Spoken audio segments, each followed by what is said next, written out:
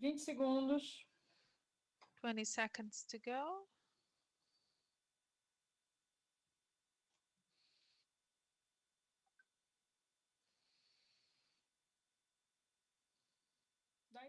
Segundos. 10 seconds. 5, 4, 3, 5, 4, 3, 2, 1. No ar, podem falar. You may speak. Adriano, seu microfone está desligado. Olá. Bom dia a todos. Good morning, everyone. It's a great joy to be able to be here in this event today as a moderator of this rich panel. Here in Brazil, it's the Teachers' Day, and we are now getting this gift. It's this presentation, the speech of this renowned group of professors. So I would like to begin by thanking our participants here today. We have Cardinal Dom Cláudio Humes. He is the Cardinal for the state of São Paulo. He was the spokesperson for the Synods in the Amazon, New Pathways for the Church and Integral Ecology. He's the president of the Ecclesiastic Amazon Conference. And his key achievement, he's a heart Franciscan. He's a Franciscan in the heart. Patricia Gualinga. She's the leader of the Sarayaku people and member of REPAM from Ecuador. She is a reference in the environmental leadership. She is going to participate here with us and welcome Patricia. Enrique Cresto, he is the administrator of the National Agency of Water Works and Sanitation Works. Thank you, Enrique. Gabriela Sacco, she's the founder and executive director for the Institute Promoting Global Dialogue and the Culture of Meeting. José Luis Lingeri, Secretary General of the Union of Buenos Aires for the Sanitation Workers, and President of the Foundation for the Sanitation Workers. Sandoval Alves Rocha, the assistant for the Forum of Water, representing the Social Amazon Services Reflection and Education Studies. Luis Lieberman, my friend, and thank you, Luis, for the invitation. He's the founder and director of the Global Dialogue and the Culture of Encounters. I had the honor of participating in meetings with him with a quite fruitful debate. Luiz is the organizer of this panel here today, and João Gutenberg Coelho, Executive Secretary of the Ecclesiastic Network for the Amazon. Thank you, João. I would like to remind you that Brazil Water Week will be held from October 26th to 30th. It will be, 5 whole days with this event with more than 50 hours of content, more than 100 experts encompassing virtually 20 countries which are participating. And then we have to thank ABIS. ABIS is the organizer of the event, the Brazilian Association of Sanitation Engineering. Undoubtedly, this is the most important international event that we held addressing water supply and sanitation here in Brazil. It's important to acknowledge the sponsors and supporters, Sabesp, MIA, Suez, ANA, the National Water Agency, IGEA, SEDAIA, and IGUA Saneamento. And to close, I would like to say something, and I should mention my friend Carlos Brazil, who contributed. I believe that this panel is highly special because undoubtedly it's going to reflect what's been happening through the UN, national and international agencies, UNICEF, an issue which is unfortunately a reality. In the 21st century, we are in this virtual event. Many of you connected with the top-notch technology. We have access to entire encyclopedias in the palms of your hands, of our hands. Unfortunately, we have millions of human beings that have no access to basic infrastructure, that is water supply, drinking water supply, and even water to wash their hands in this moment of pandemic. And this is what we are talking about in this panel. It's something that saddens us, and it really demands an urgent positioning and actions from us. Pandemic, as Pope Francis taught us, proved that we are all in the same boat. We cannot, think about not having access to such essential services and let people die for the mere fact because of their lack of access to sanitation.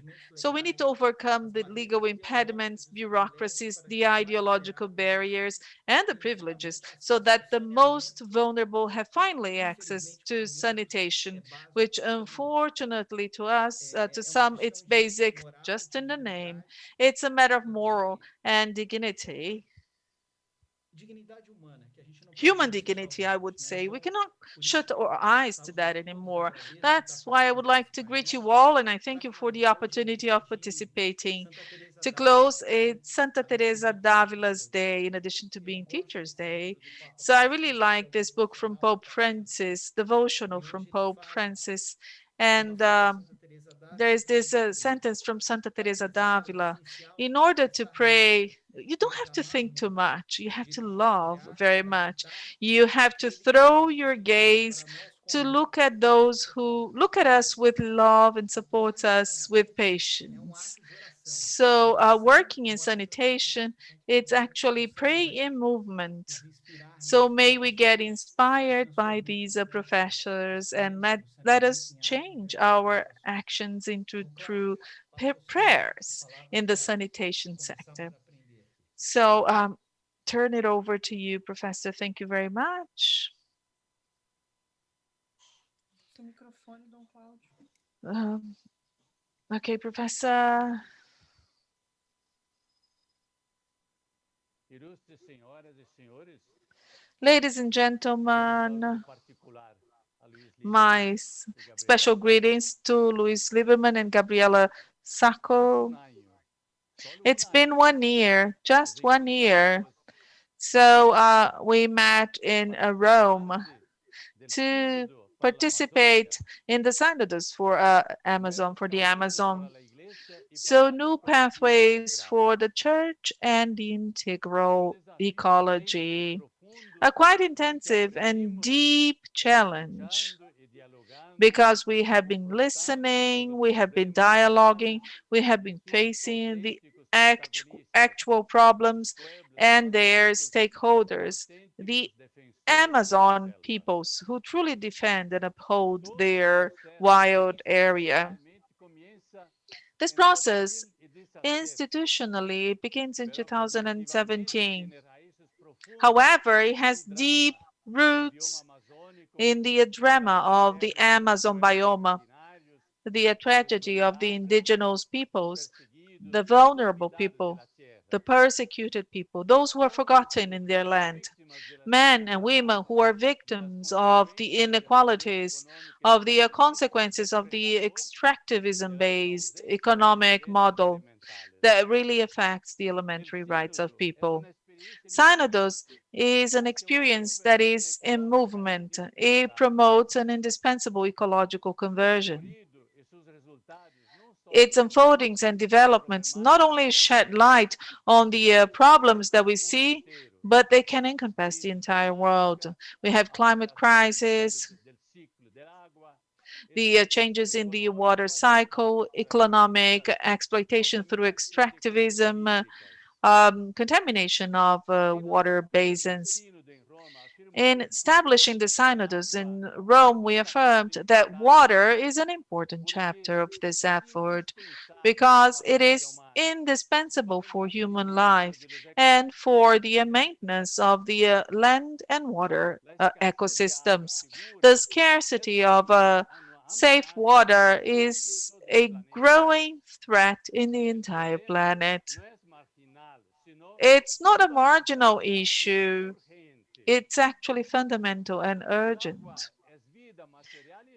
Having water is material and spiritual life. This endless pandemic will force us to work with the institutional learnings that we have to promote resilience and urgent changes. In view of the lack of treatment or vaccines, so we see the most vulnerable sectors that do not have the possibility of washing their hands. Therefore, human rights cannot be materialized.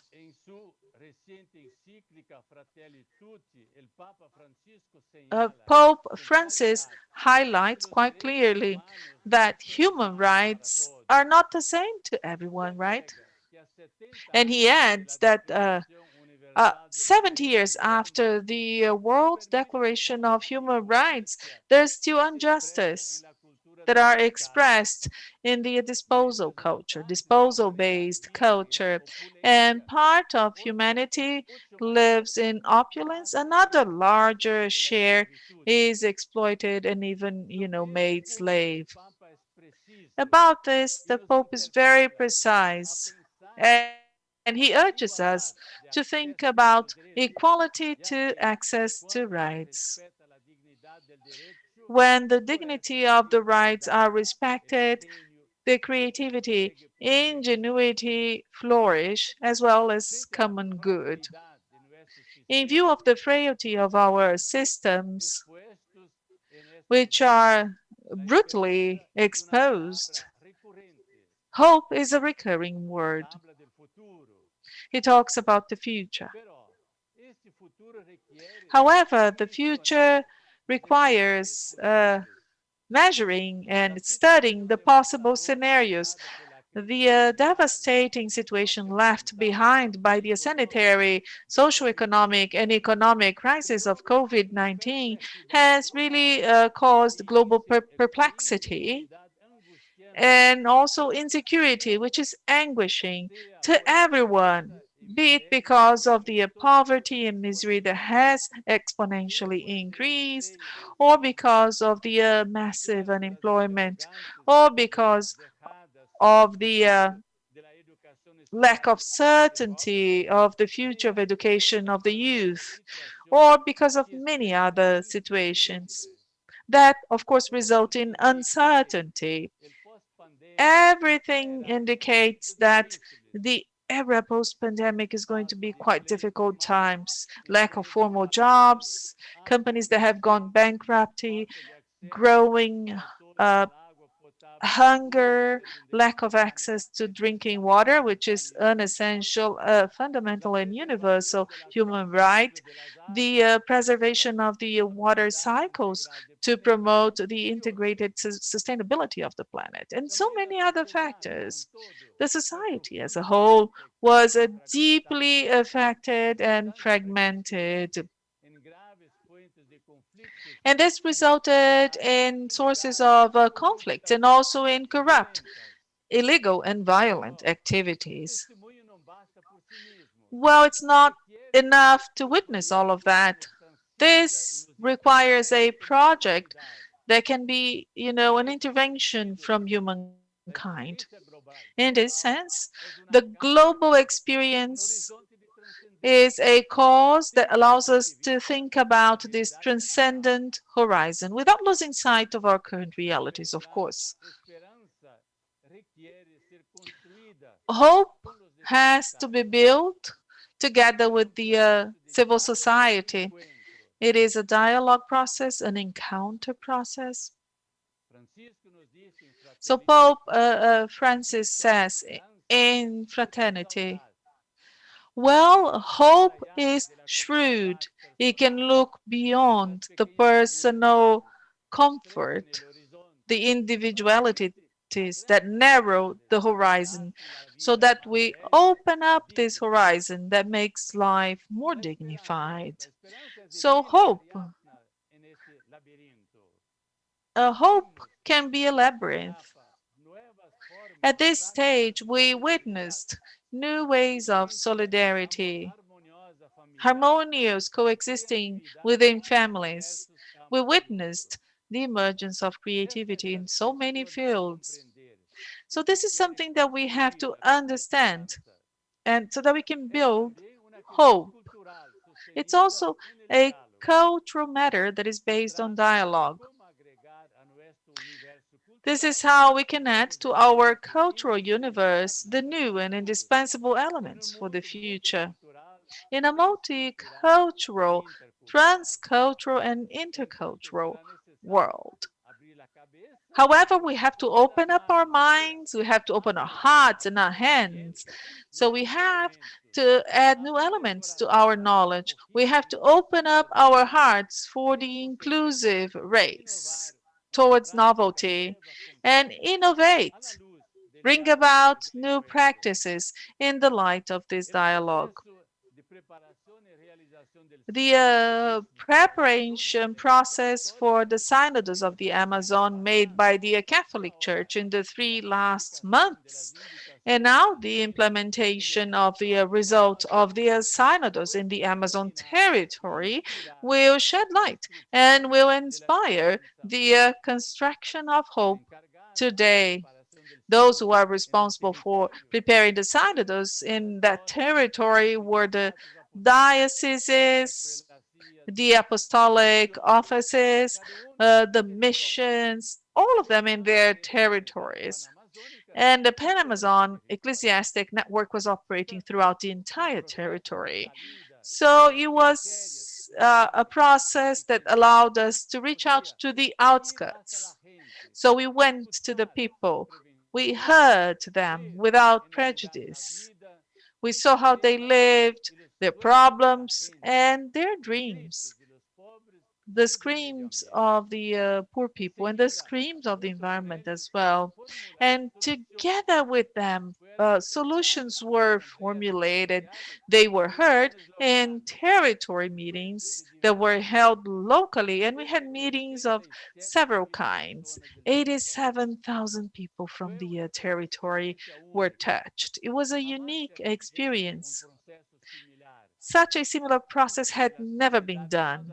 People and the most distant communities in the forest, in the riverbanks, in the outskirts of the cities, they all began trusting again and nourishing their hope. The result of this preparation was taken to the synods, and there we discussed everything. So now it's time to implement the synods in the territory, in the Amazon territory. And the process follows the same logic. It's going to take years, but it's going to be highly rewarding and respecting people. It's going to be respectful to people, especially the most humble, the ones that are set apart from the prevailing society. In the agenda of this meeting, the Brazil Water Week. It's a pre-preparation to the International Congress that is going to happen in Senegal in 2021.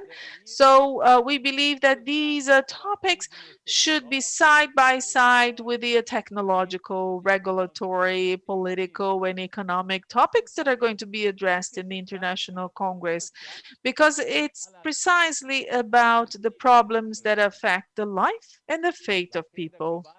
The global agenda that emerged in 2015, we had the Sustainable Development Goals that were established, and also the COP21 Paris Agreement.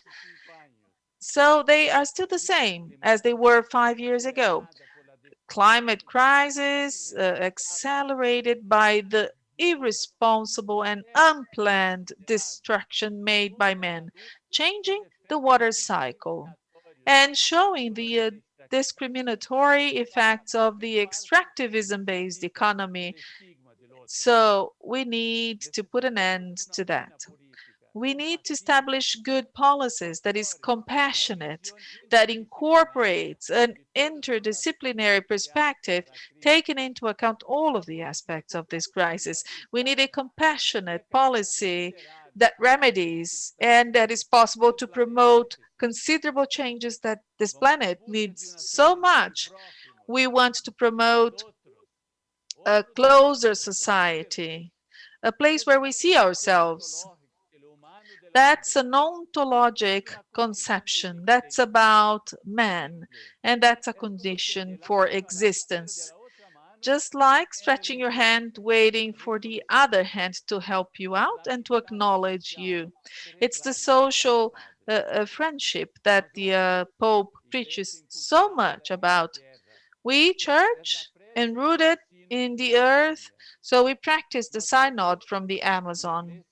So we are a church that learns, that witnesses, and that rebels. Yes, we rebel and we raise our voice against oppression and also the ecocide. So we rebel against the destruction of nature, which is so beautiful. We rebel against the merit of those who decide that in view of this crisis created by COVID, they decide on the sanitary policies, and then the global companies that decide how the vaccine should be managed. First, the rich countries in 2021, and then the other countries, right? As of 2022. Well, how about the children of the forest? They are not supported by the state. They have to face neo-racism and neo-colonialism. So the pedagogy of care, that's not a mere announcement. This is not what we want to do, a statement. While we take actions, we want to do something different. The pedagogy of care is creating awareness of more possibilities for my community, my people, and my land. So the care-based pedagogy has to do with targets that respect the environment. The pedagogy of care has to do with the willingness of listening. It is the dialogue in its deeper essence. So the Bishop of Brazil signed a document named the Letter to the People of God. We were highly concerned because of the severity of this scenario. We were highly concerned in defending those who are underprivileged, promoting peace and justice. There is no political or ideological interests. We have the interest, actually, of building a society that is structurally fair, fraternal, and solidary, a civilization of love. So in this document that we signed, we list the responsibility of the high political authorities of our country because of the deep sanitation, economic, and social crisis that affects our nation. And we acknowledge that this scenario that puts to the test our country really demands from the institutions, from the leaders, and from the civil organizations much more dialogue than closed speeches. So we were invited to present objective propositions and agreements aiming at overcoming the challenges and favor life, especially in the most vulnerable segments that we have in our society, a society that is structurally violent and unequal. In view of the size of the inequalities, the pathway of dialogue and social justice requires courage, right? And humbleness, humility in making decisions. So our dear land has to heal. And it's not magic, it's not a magical act. It's a conscious act of the spirit that is more visible in the face of the wounds that affect our home, our nation, that is constantly affected by the wrongful actions of lumberjacks and exploitation, things that affect the rights of human beings and of the land. Pope Francis said, from the wounds that we cause to Mother Earth, they bleed in us as well. So, in each community, in each people, in the rivers, in the river banks, in the streams, in the beautiful and long geographical area of the Amazon, with its ancestral culture, with its knowledge. So we are a witness of the life, of the experience, of suffering, the pain, the joy. So we propose that we should build hope. REPAM has become a disciple that is learning from all of the voices and proposes cooperation and solidarity. So it's been 6 years. We are very close to the beginning. And we are sure that this journey will have an endless succession of stages in this territory and in the institutions. Well, REPAN is growing and it's now in connection with the SEAMA, the Conference for the Amazon, that is nurtured and nurtures the Amazon and proposes to the church to address this matter. We should not resign. We should not remain with the comfort of the targets that were achieved. Every target is an additional port in our navigation journey. From the beginning of its pontifical mandate, Pope Francis has denounced the culture of disposing of people, the culture of indifference. So consistently, this has to be addressed and also persistently. Well, talking about the culture of the encounter means the passion for building bridges. So that's what this is about.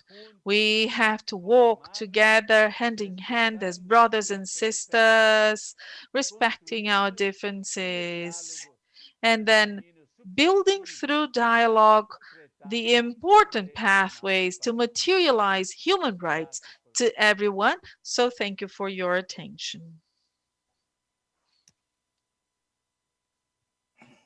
Bem, então, Cláudio, Don Claudio, essa fala I would like to thank you. né? It was very touching, Muito profundo very profound, very deep. para a gente continuar para depois debater. Indeed. Passar agora Well, let's continue so we can debate later. Now we can debate later. I'll pass the floor now to Patricia. boa tarde. Patricia Gualinga. Patricia, thank you. Thank you for your presence. Good afternoon. Buenas tardes y muchas Good, gracias. good afternoon, and thank you so Como much. yo vengo de la Amazonía, Because I come from the Amazon, I believe it is important to make this reflection that the Amazon ecosystem, the whole ecosystem, depends one of the most important things on the planet. It is the most important source of sweet water. We have to understand the Amazon as the most important source of fresh water in the world. So without the Amazon, we lose this source of fresh water. Now, this is my starting point, the starting point of my reflection. So I'd like to say the Amazon has very important biodiversity, starting with water, and it is constantly under threat of major extract oil, loggers, and cattle raisers, constantly under their threat. Now, with oil tankers, rivers, spills, mining companies with mercury, for example, those spills stay for thousands of years and come from different stakeholders. Now, when loggers come, they destroy the forests, they cut trees, And we know that where deforestation happens, this kind of problem happens and changes occur, negative changes occur. And we must be fully aware of all these threats in the Amazon. However, we notice that we have had the very worst when it comes to pollution. Because in several cities, there is no service of potable water or drinking water.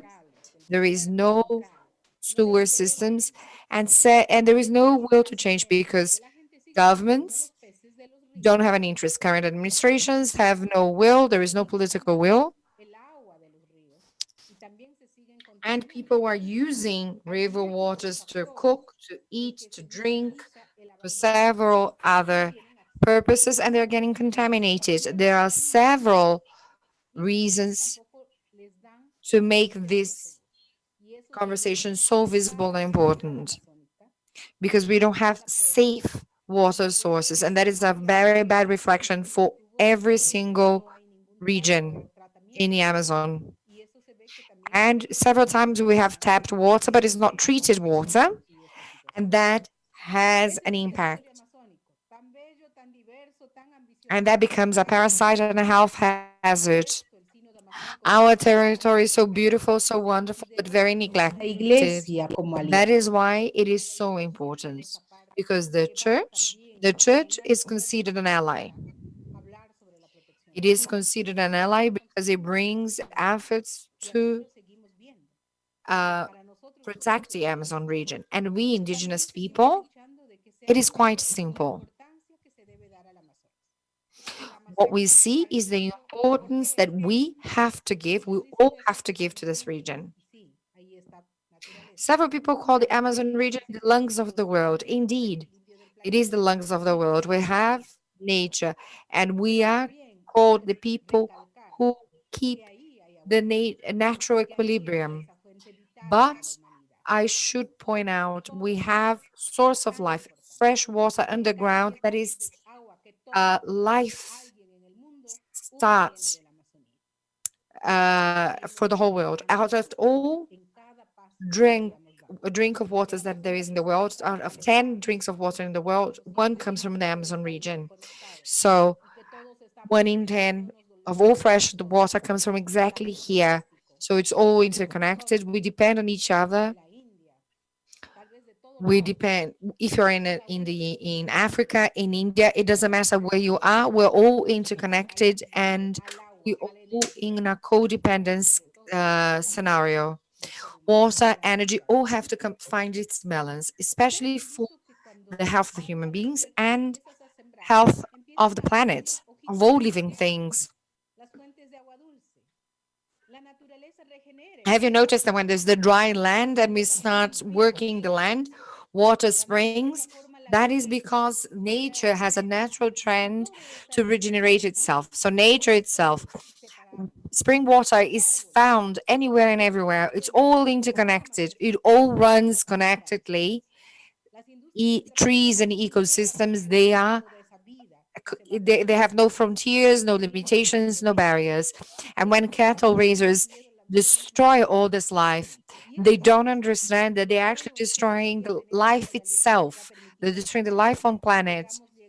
And life is what enables regeneration. If we have people who are aware, listening, it is time to act. It is time to protect these vital ecosystems in every single corner of the world. In my case, because I come from the Amazon region, I'm speaking from the Amazon region. I'm also from the Andes region. We have systems that are being destroyed, especially spring water, water from the mountain regions. Those are ecosystems that also must be protected. People often talk about the poverty levels of indigenous peoples because we're the last connection, but we are the least important or the last because we've become marginalized. We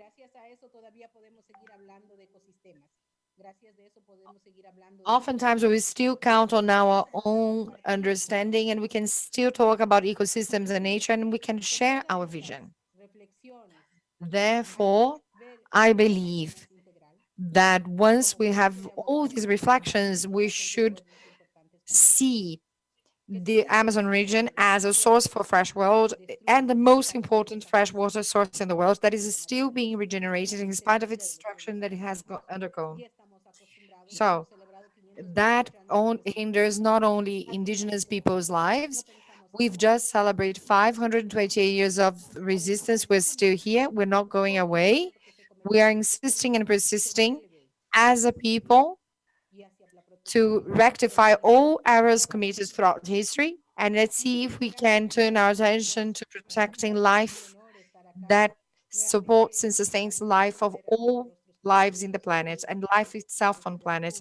I am happy to see great friends and colleagues connected and together in this webinar. We need to meet.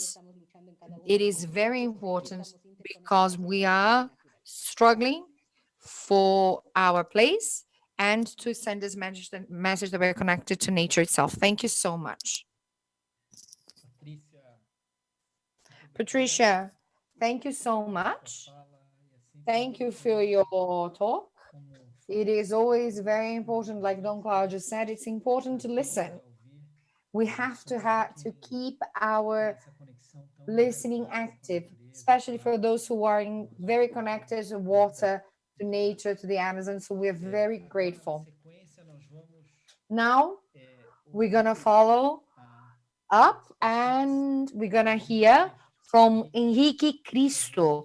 Enrique Cresto, the floor is yours. Thank you. Please go ahead, Enrique. Hello, good afternoon. Good afternoon, everybody. First and foremost, I would like to thank for the invite. I would like to also greet every single panelist that is sitting here with us. I see several colleagues, several friends actually joined me here in this panel, so I'm very grateful. Forgive me if I've forgotten any name. I'm not gonna namely mention one by one, but still, thank you. And also would like to greet the Brazilian event. I am Enrique Cresto. I am Enrique Cresto. I am the administrator of a national agency for water works and sanitation. We were created as a mechanism to manage water systems and redistribute water access options, sanitation options. And since we've been running this agency, and here we have had great opportunities to share with you and to my colleagues how our territory is run and what it's like, the inhabitants and the river and the rivers, and how our organization started. We were initially a group of mayors, that signed a pact that wanted to turn into policies that were based on premises and guidelines that were fruit of our observation, that wanted to make a transformation in our state, that were related to water and also fight against waste. So now Argentina president has actually invited me to go further on this particular point. Argentina, a country with 3 million square meters, a country has several access possibilities for underground water, for deep water at different levels. So besides the premises from Pope Francis, we also signed Global Sustainable Goals by the UN, which was to universalize water access and sanitation access to people. And because we are seated in the countryside of the countryside of Argentina, in rural area of Argentina, we have noticed that we have been facing a lot of issues that were pertaining water. And when we talk about water, we talk about water access and the conflicts that come from accessing water and accessing using water. As we learned, as we progressed, as we learned about the realities of water and sanitation in Argentina, we realized that it was not only a problem in Latin America or Argentina, but the whole world faced the same issue. And we usually do water treatment agreements, we do managements, but we had to go beyond this. We would have to think of the main reasons, the rooting as the root cause. And the root cause would be awareness, I would say. Awareness in relation to those who are leading, who are managing Argentina, who are managing Latin America, who understand these systems as a priority. Now, on top of all that, we have the pandemic. This current administration had already designed public policies, but as soon as the pandemic hit, everything that was related to water and water quality and access to sanitation and quality water, it came to realization that all of that, as it's been said recently about a previous speaker, the pandemics took over and the culture of waste became more prevalent. Look, this planet is a major arc. We're on the same boat. We have to keep working for equality, for rights, and for access to water, because that connects to several other rights. So after seeing the main aspects, we have reached a conclusion, especially when we speak about justice or injustice. And I also would like to mention what we're doing today, Argentina, and the all other institutions also relate with the generating of water justice through normatives. Now, a normative is a standard. It's not only about conflict resolution, but also enabling access and to keep working our national legislation so that the resources can be regulated and the possibility of accessing water. That means to work with all federal institutions like Argentina. Now, the water management in Argentina is actually nominated, delegated under the management of municipalities. So everybody have their own sanitation and water policies per municipality. So you see, we've find it very necessary to find common standards and common ground, because that would have to relate to, and that realization comes from the depth that came that the crisis have reached with the pandemic. And now we're thinking of standards that are not only national but world standards once we have faced this profound crisis. We speak about uh, sovereign countries, but it has to go beyond that. I think the standards have to really cross frontiers, especially with the Cerrado development, because we've noticed that even though they are sovereign, independent, and the commitment for a development, sustainable development, especially for water and sanitation, should be an expression that should be a practice not based on desire or wishful thinking, but it should be very objective. Because for you to reach 100% water coverage and service, and this is the commitment we have made throughout the world, we must have a standardization that obliges states and municipalities to do the work, but also their leaders, those who are actually running. Every single stakeholder who is running, who has to be accountable, has to be held accountable for this delivery. Because we see, for example, mayors, because it's great for a city mayor to inaugurate a new bus lane or do some other thing. But we know that the emergency pressing issue is water policies. So every single mayor should know the objectives of the development goal, and they must know, those mayors should know at some point they will have their funds cut off if they do not prioritize water policies. That should be state policies, not current administration policies. For those who are at different levels, different stakeholders at different accountability levels must be held responsible. In order to do so, we need three things: legal standards. That means a group of laws, a set of national laws.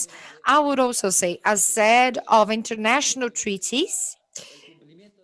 On top of that, enforcement of these rules in different levels, and a policy for awareness and use, and a policy that is educational for children, so that they know that water is a scarce resource and is completely connected to the policies that we develop today. So I just would like to greet and share my point of view. I have shared my point of view, and I'm convinced that the main challenge that we have ahead with our company, other companies, we understand that the only way to reach this standardization is to have these objectives completely connected to different nations' movements, national and international. A planning must be presented for sustainable development so that we can fulfill all these requirements. I thank everybody. I greet and wish everybody great luck, especially this particular week, that is the Water Week, that is a fundamental human right. And well done for your dedication and hard work on the matter that is connected not only to life, but also health. Thank you. Thank you, Henrique. Muito conectada de novo com o que o Dom Cláudio falou, né? Que o documento da REPAM chama a autorresponsabilidade de todas as autoridades, né? I actually reiterate what you said. Like you mentioned in your talk, I actually second that, because we really should do a call for accountability. So thank you, congratulations for your talk. And I'm very happy to hear that you want more people involved in environmental education. Now, after the debate, I'm now going to invite Gabriela Sacco to do her presentation. I think her presentation will be in English. So Gabriela, together with Luis, both are organizing this table. So Gabriela, the floor is yours. Thank you, Adriano. And thank you to Aves as well for this kind invitation to speak in this always impactful event in the water sector. Hope and future are intimately related. The definition of hope as wishing for something better to occur in times to come includes the idea of a better future. A better future has different meanings for different people. For some, it may be a larger house, a new car for the family, or a better job. But for a huge number of people, let's say, according to the World Bank, 3.4 billion people, and this figure was before the pandemic, hope means the possibility of satisfying their most basic needs. Although different agencies use different lists, in essence, basic needs are food and water, shelter, clothing, sanitation, education, and healthcare. Some months ago, in one of the meetings of our series of international forums, from the right to water to the right to hope, that you can watch on our website and that we co-organized with the REPAM, Professor Peter Blake recalled a well-known figure among those involved in the human right to water, that 2 billion people in the world lack access to water and sanitation services.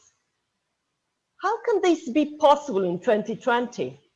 How is it possible that we still have people in this world who do not have access to an element essential for the existence of life? You may know the rule of 3. You can survive 3 minutes without breathable air, 3 days without drinkable water, and 3 weeks without food. However, it was not until 2010 that the United Nations recognized the right to safe and clean drinking water and sanitation as a human right that is essential for the full enjoyment of the right to life and all human rights. The milestone came, however, with an intrinsic complexity that challenges the consensus around the universal definition and common understanding of the human right to water. The United Nations now recognizes that the human right to safe drinking water entitles everyone, without discrimination, to have access to sufficient, safe, acceptable, physically accessible, and affordable water for personal and domestic use. And the human right to sanitation entitles everyone, without discrimination, to have physical and affordable access to sanitation in all spheres of life that is safe, hygienic, secure, socially and culturally acceptable, and that provides privacy and ensures dignity, while reaffirming that both rights are components of the right to an adequate standard of living. The right to water as a multidimensional problem is an issue we have been working at the Institute for Global Dialogue and Culture of Encounter for many years now. One of the outstanding points in this journey was in 2017, when we organized the international seminar about the right to water at the Pontifical Academy of Sciences in the Vatican. That seminar had a final address and a declaration signed by His Holiness Pope Francis. His words still echo in many publications and addresses about the right to water. He reminded us that where there is water, there is life, making it possible for societies to arise and advance. He highlighted that the need for public policies in the access to water is pressing because our common home needs to be protected. Yet, it must also be realized that not all water is life-giving, but only water that is safe and of good quality. He also said that the right to water cries out for practical solutions capable of surmounting the selfish concerns that prevent everyone from exercising this fundamental right. Water needs to be given the central place it deserves in the framework of public policy. Our right to water is also a duty regarding water. Our right to water gives rise to an inseparable duty. We are obliged to proclaim this essential human right and to defend it, as we have done, but we also need to work concretely to bring about political and juridical commitments in this regard.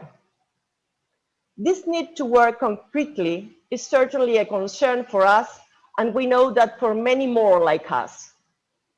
Our institute, as one devoted to education and the production and transfer of knowledge through different strategies, strongly works in finding the most adequate ways and methodological tools and strategies for promoting the development of joint knowledge that serves to the solution of concrete problems. In this framework, joint learning towards shared understanding is something that we have largely worked and that has grown as a characteristic feature of most of our activities. At the most fundamental level, for us, dialogue is central to learning, and learning is central to hope. Most of us come from the educational arena, so we differentiate in our activities strategies for dialogue and from those aimed at debates and discussions. Also, Pope Francis, in his most recent encyclical, Fratelli Tutti, has provided a description of what does dialogue involve, saying that dialogue is often confused with something quite different, the flourishing exchange of opinions on social networks, frequently based on media information that is not always reliable. These exchanges are merely parallel monologues. And he goes further by saying that authentic social dialogue involves the ability to respect the other's point of view and to admit that it may include legitimate convictions and concerns. For us, dialogues need to promote a broadening of perspectives, promote the building of shared meanings, trying to find places of agreement. Dialogue expresses paradoxes and ambiguities, helps to discover collective meaning as anchors for deeper understandings, involves listening without judgment and with a view to understand, building relationships and allow and invite differences in opinions and experience. But dialogues towards solutions do also need to consider different stakeholders like academia, private sector, public sector, representatives of different religions, indigenous peoples, NGOs, and communities. If they are to produce meaningful results, we cannot leave anyone outside the dialogues about the issues that affect everybody. So we agree that if we help people to compare how their own perceptions and framings differ, they can also jointly find how these differences could become a shared environment, a field for joint action and collaboration. In a way, through sets of purposeful dialogues, we expect to diminish the role of ambiguity in the difficulties for reaching solutions, as it seems to be the case with agreeing on the scope of implementing the right to water. What is ambiguity then, and why is it important? Because ambiguity arises when there are different interpretations of the same event or phenomenon, like, for example, the causes of inequality, and appears in what are defined as wicked problems, in which there are ambiguous definitions, ambiguous stakeholders, and criteria for judging success. These problems are social system problems and that are ill-formulated. The information is confusing, there are many conflicting interests and conflicting underlying or explicit values. Ambiguity is then manifested in the apparently irreconcilable differences in framing. When presenting their points of view, people show their deeply held worldviews that shape their framings. So even within irreconcilable differences, the joint exploration of ambiguities may help situations where the different groups involved might agree on priorities, as well as what would be acceptable compromises or just unviable positions. If something has become clear in this journey, is that the human right to water is in itself a right that is ambiguously understood in its definition, scope, implementation, and monitoring, in the timeframes for reaching solutions, in how it is acknowledged in terms of policy and practice, as well as in its ethical aspects. What we have noted along our work is that implementing the right to water comes with questions and challenges regarding the meaning of affordability, accessibility, availability, and quality, as well as the indication that from a legal perspective, when we talk about the human right to water, we refer to access to water for personal and domestic uses, generally on an individual or household level. Living water allocation and distribution for development fall outside the scope of the human right to water. Also, the dialogues we have held have put to consideration that an exclusively utilitarian perspective could lead to focus on a higher level of commoditization of water and overexploitation, putting in danger the very ecosystem that should sustain the right to water. So as Alejandro Rossi from the United Nations Office for Special Projects observed in one of our past forums, the problem is not the declaration of the rights themselves, but the effective possibility of accessing them in the wider scope. The impossibility of accessing a right breaks the hope, the governance, and the possibility of reaching a peaceful and respectful living. And these situations require innovative ways of thinking. We need to reframe our current models of thinking that has led us to unsustainable habits, to a culture of disposal, even of our brothers and sisters, human beings. We need to open the dialogue, particularly letting in the voices of those who have largely been unheard, and recognizing that the lack of consideration of an existing interconnectedness among all human beings and our environment has led us to an extremely dangerous situation for our own survival in the planet. In fact, as part of our activities, we have just launched a new online international water and governance program aimed at rethinking and reframing the traditional approach to water regulation and governance. The program proposes inclusion in public policies of the ethical and scientific dimensions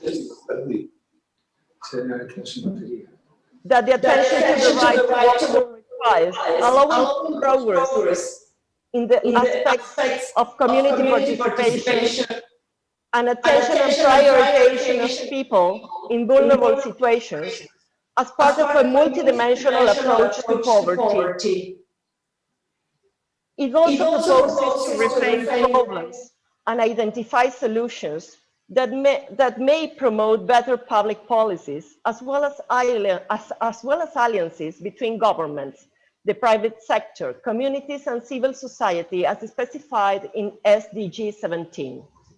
It is also worth mentioning that the program itself is delivered by lecturers from the United Nations, Latin American and Spanish universities, the IHE Delft based in the Netherlands, and the University of Notre Dame in the US, representing a core of voices and different perspectives on the topics. So we do all work or wish to work for a better future. However, what is the future? The future is what will come, but our actions today do also define this future to come. Pope Francis, in a recent TED discourse, has emphasized that we have a moral imperative to act now on climate change. We have a moral imperative to act considering a social environmental crisis that confronts us with the need to decide today what is important and what is not. We must think of the choices we make today and the decision to act today as lying at the center of the kind of future we will have. Government and private sector decisions will define the future we will have. So to close this presentation, I would like to leave you today with something else to reflect about and with an invitation. To reflect about how do we envisage our future? What are the actions that we can take and how can we actively shape our future? I will add just a short comment here based on some ideas of David Runciman at the University of Cambridge. Decisions made by the artificial agents that we have created, for example, corporations or the state, have the capacity to make an impact in the long run, for example, regarding natural resources. Let me give you another example. When there is a war, states make the decision to go to war, and not each of the individuals that are part of it. Artificial agents such as states and corporations raise an important question for the future. The question is not what is the relation between us as individuals and them as artificial agents, but what is the relation among these artificial agents and how those interactions will affect our lives. When corporations break the law, they are sued and they respond as artificial agents. So it is really worth thinking how our individual choices may reinforce or weaken some particular decisions made by those artificial agents that have the potential capacity of threatening our common future and survival. The invitation I would like to leave you is an invitation to promote and get involved in fruitful dialogues, an invitation to open our minds and hearts to all the voices that will allow us to connect with new learnings and the possibility of a future for all of us. As Pope Francis says in Fratelli Tutti, we need to develop the awareness that nowadays we are either all saved together or no one is saved. Poverty, decadence, and suffering in one part of the earth are a silent breeding ground for problems that will end up affecting the entire planet. Thank you.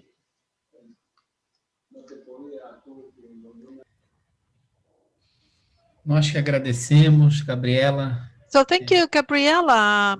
Thank you. Traz a lembrança, como também falou It Cláudio, reminds us, as said Cardinal Claudio, we need to listen. We need to learn about the experiences, the current ones and the ancestral ones. At Sabesp, we joke and we say that the symbol of water, H2O, it's not two molecules of hydrogen and one of oxygen, but it's you have to talk 2 times from hablar, from Spanish, and listen to ones. So we need to listen. In the Global Forum of the Water that was held in Brasilia, we had this preparatory event, just like this one.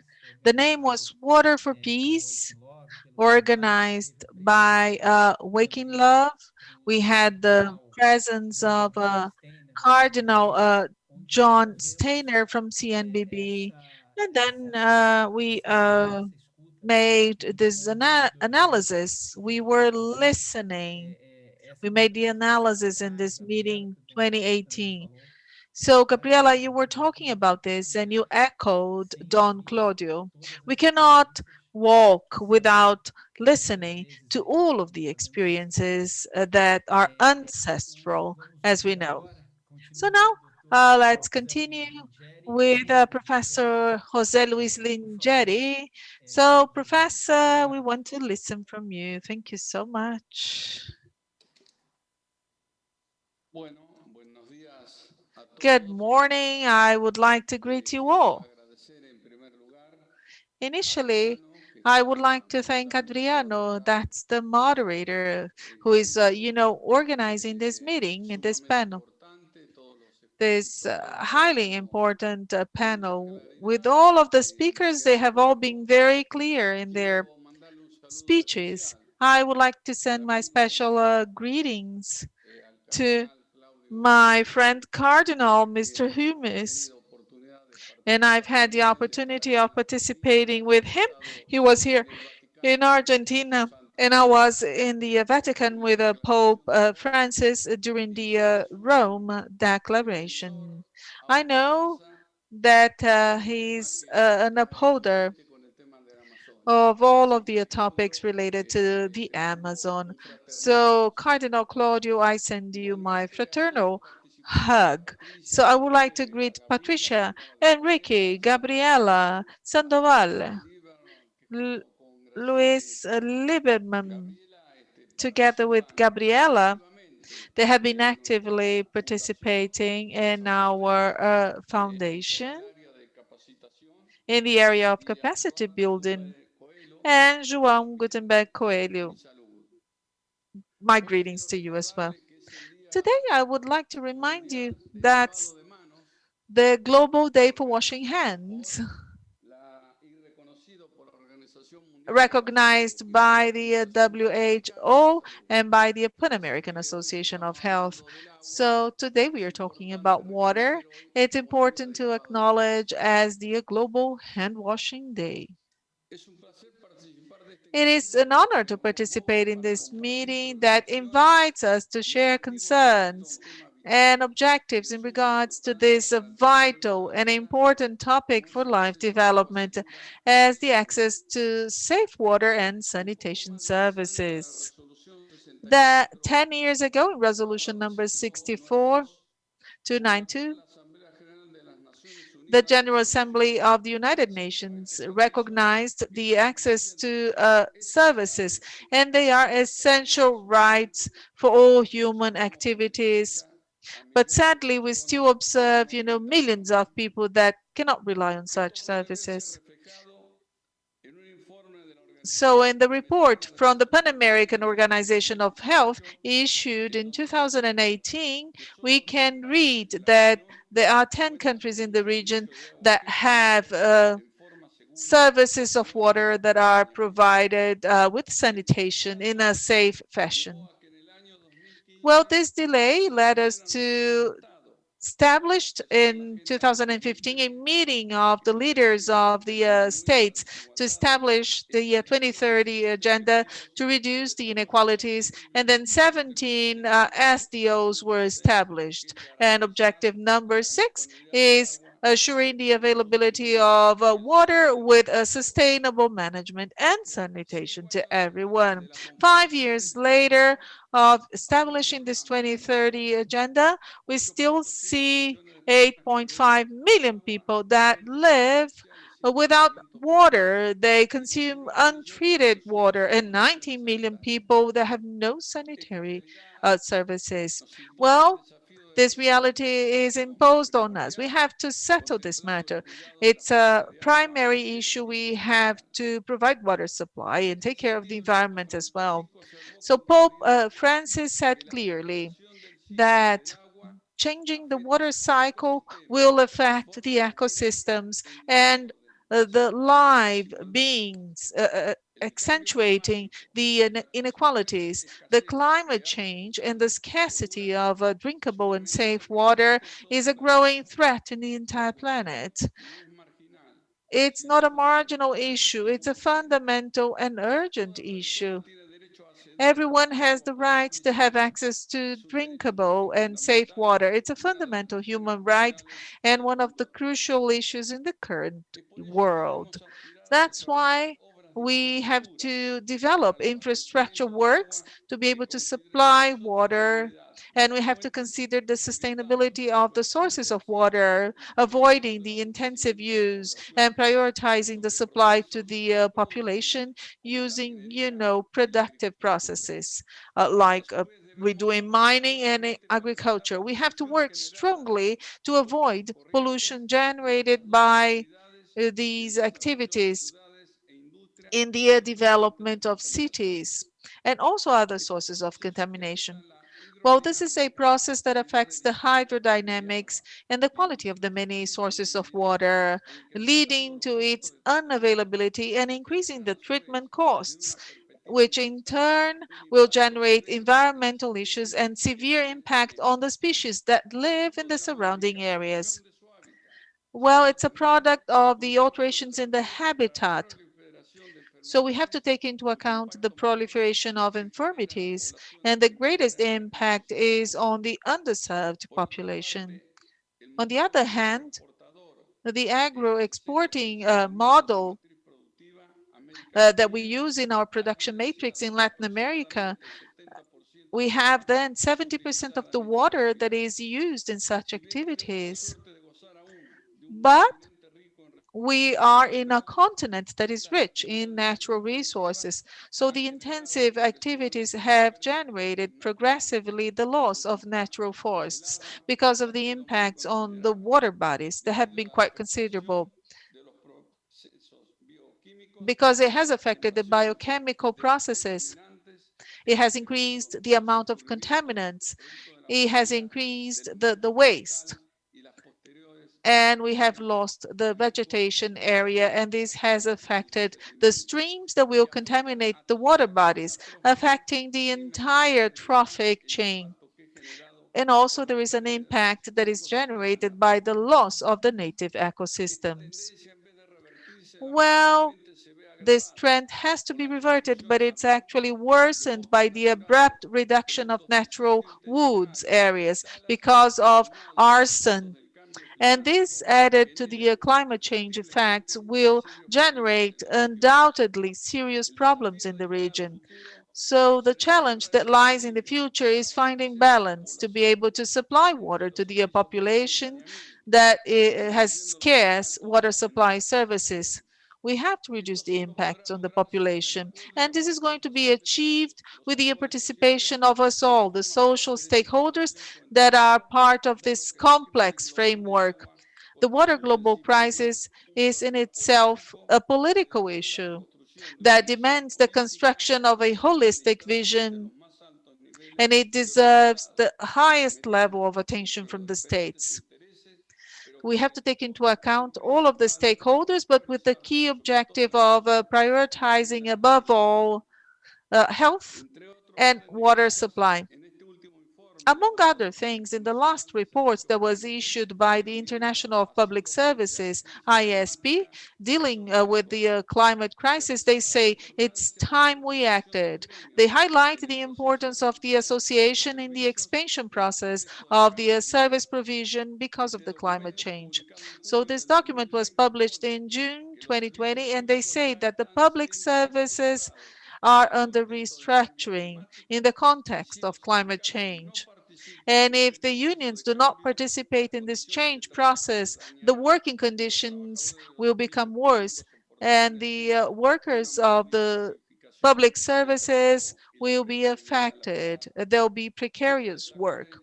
I would like to highlight in this arena that today we have to train more, we have to engage more the unions in the development and execution of the works with the purpose of attaining the universal access to water supply and sanitation supply services, and also taking care of this commonplace, because this is us, workers, who know how to do it, and we take on this commitment of achieving such works and implementing such works. With that, I would like to say that to us, it's a core topic. Water and sanitation is a core topic to us. So we have inherited a quite difficult economic situation in this country with $44 million that have been taken from the previous administration, the previous government, and this pandemic that is, affecting the world, not only Argentina, but the entire world. This has worsened the economic situation here, and it generates more inequality among the workers in our people. Today, we are supporting 18 million people that live in the poverty line, and virtually 4.5 million that live in the indifference line. The unions and the workers are concerned about this topic. So we are part of this activity, of this movement towards water and sanitation. So we want to devise state policies that are sustainable over time. Very often we have discussed this in holding different positions in Latin America and at the global level as well. But the administrations, the governments, the heads of state in the United Nations, they are discussing the pandemic, and the World Health Organization is contradictory in its positionings. There is no clarity that is given to the population of the world. So at this point in time, we would like to see more straightforward topics and how to deal with the pandemic. We'll have to live with the pandemic up until we have a vaccine that may make the population of the world safe again. So that's why we are concerned. We are concerned about what's happening. And then we wish we could convey to our co-workers in Latin America and the Caribbean this concern.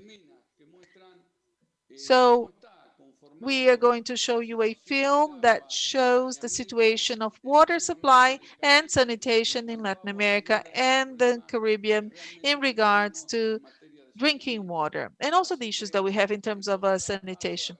So I'm going to show you the video. It's a short video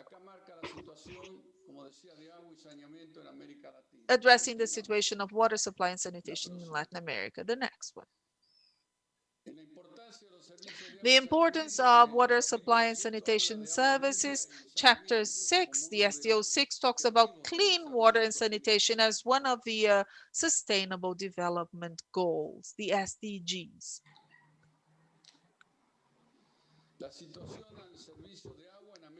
Access to water services in Latin America and the Caribbean.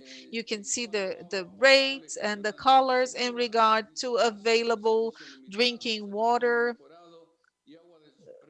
basic service, limited services, improved services, and surface water. So you can see the percentage numbers for each of the countries, and you can see how the status is in terms of water supply services in Latin America and the Caribbean. Here we have sanitation information. Likewise, sanitation services provided safely, basic service, limited services, improved services, and no service.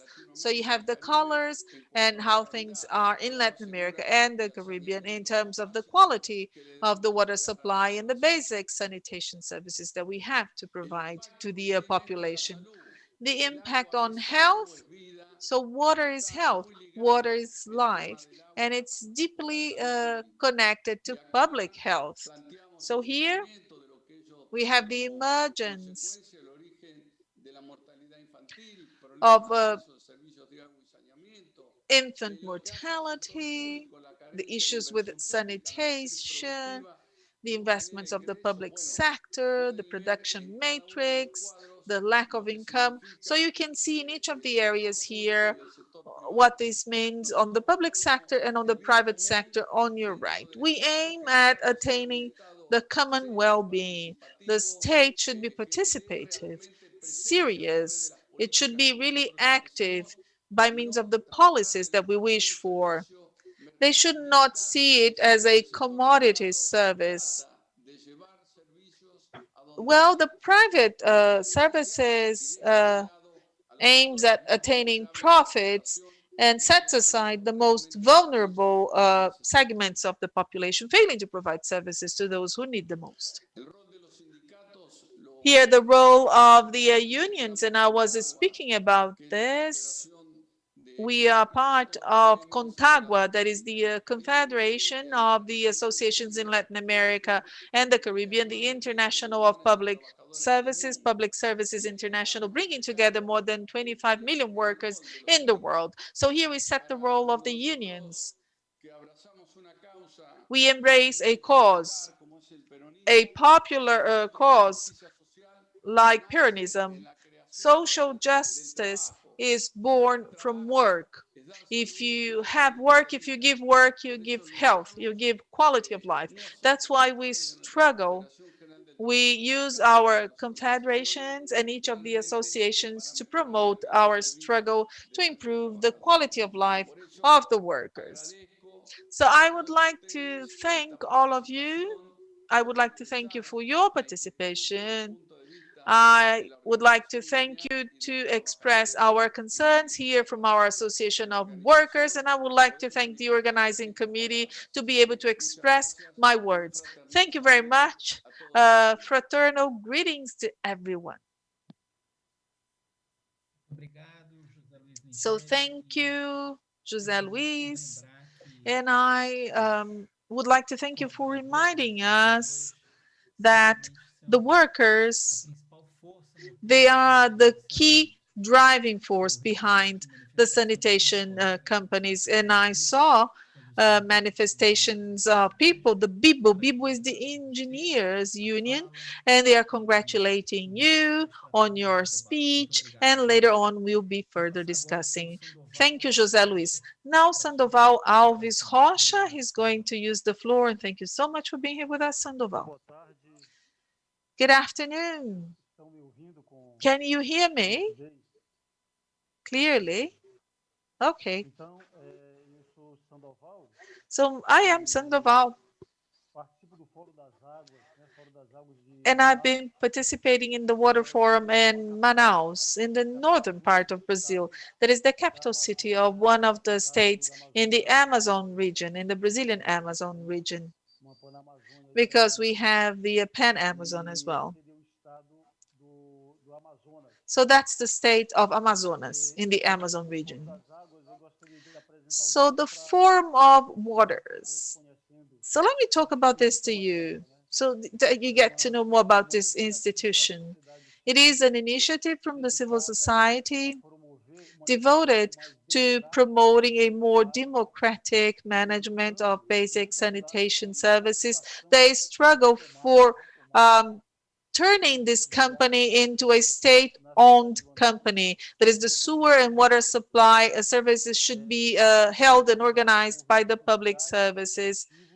And also with the engagement of social movements and collective movements. It was born in 2012 amidst the water supply crisis and also the sanitary issues in the city that was generated by the inefficiency of the private utility company operating back then in providing the services that they had in the concession contract. So the Forum of Waters is engaged in universalizing the access to drinking water in Manaus, in the city of Manaus, and it proposes, terminating the concession agreement and, returning the services to public management, enabling a greater participation of the civil society in implementing efficiently such services. Well, after making this brief introduction, I would like to thank you for the invitation and for the opportunity of speaking. And I greet Cardinal Don Humes, Don Claudio, Sacco, Miss Sacco, Mr. Lingeri, Mr. Lindemann, Adriano, and João Gutenberg, all of you panelists.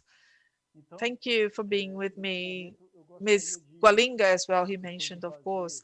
So after making this brief introduction on the Forum of Water, I would like now to address our conclusions, the conclusions that we reached about our current experience in the city of Manaus in terms of the private management of the water supply services and sewer supply services as well.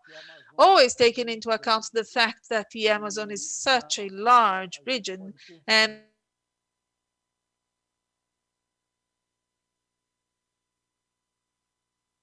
there's actually many ways of accessing water supply through the rivers and through the groundwater wells or rainfall collection as well, rainfall uptake. Well, there are many ways, many diverse ways people use to collect water, and some of them are precarious. They do not provide, the right quality of water. In the city of Manaus, more specifically, the water supply service was privatized in 2000. It was a quite turmoiled process. We had to postpone this process for 5 times. There have been 5 postponements of the tendering process for the water supply services.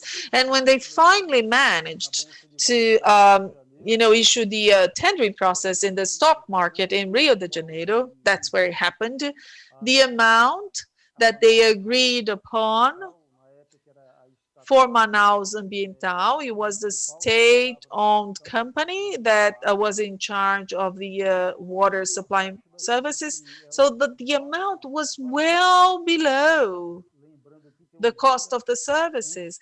Just to give you an idea, there was a calculation that was made about the asset evaluation of the company. And just to give you an idea, they calculated at around 500 million reals, but it was sold by 190 million reals for a private company. Well, this private company is a large company, Swiss, which purchased this public company for this very low amount. If we take into account the actual, valuation of the assets. And over the last 20 years, under their management, not only have we had, services of this company, but we also have had the provision of services from four other companies. They were all demoralized because they could not provide appropriate services. They had to leave. We had to terminate their contract. They pledged that it's unsustainable. Today, we are working with the fourth company, Egea Sanitation Company. We get lots of complaints from this company as well. And it's one of the flagships in terms of number of complaints in our city, in terms of the provision of public services. Well, a private management. Let's talk about the features of the private management. Let me talk about this because this will justify our actions as the forum of water. Well, this management is quite precarious. We have precarious services in the city, especially in the outskirts of the city, in the northern and eastern regions of the city. So,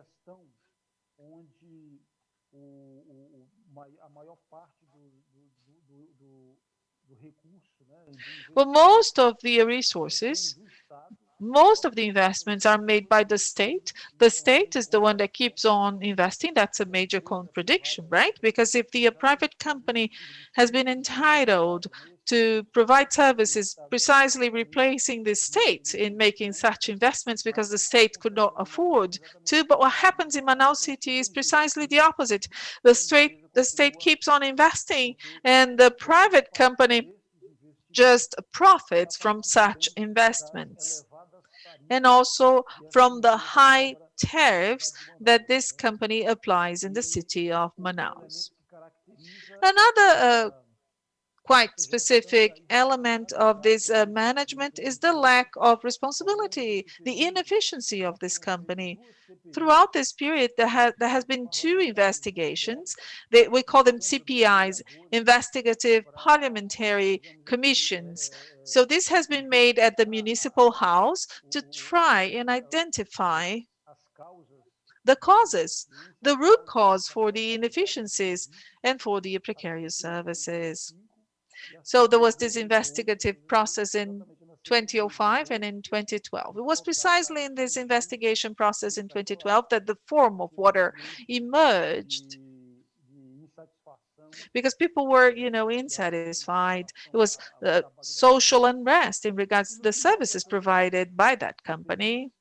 And by the end of the investigative processes, we would just realize the lack of efficiency of this private company because the company was not complying with the concession contract. There was total lack of investment, and the company would recommend the termination of the concession contract so that we could, take back on the management of the services to the state, to the public powers. But the mayor of the city would never accept that. The mayor in every administration, they would never welcome the recommendations of the investigative process, and the mayor would, keep on using the services of such private companies.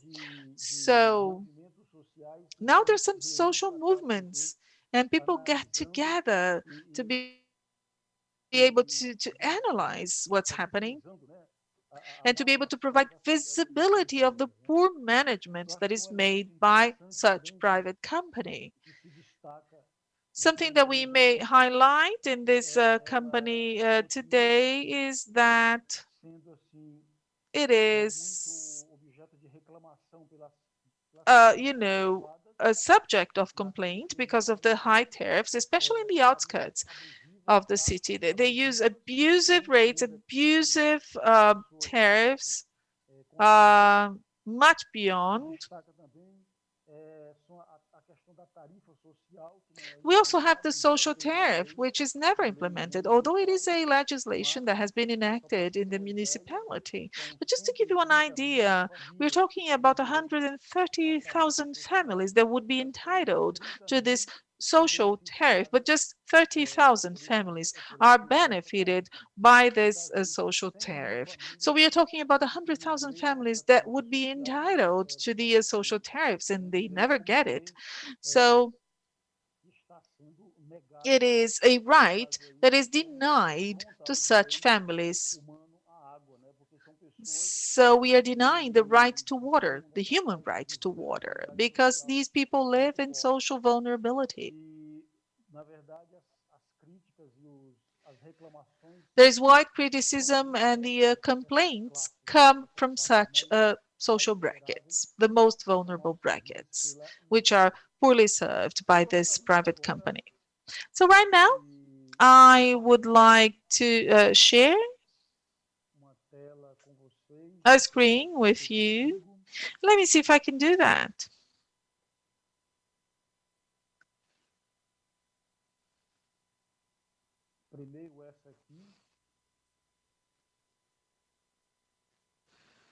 Well, that's the first screen that I would like to share.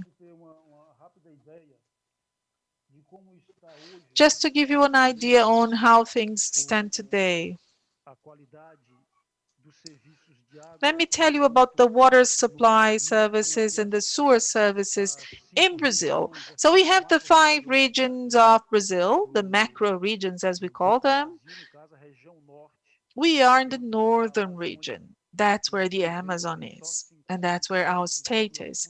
We have just 57% of the population that has access to water supply services, drinking water supply services.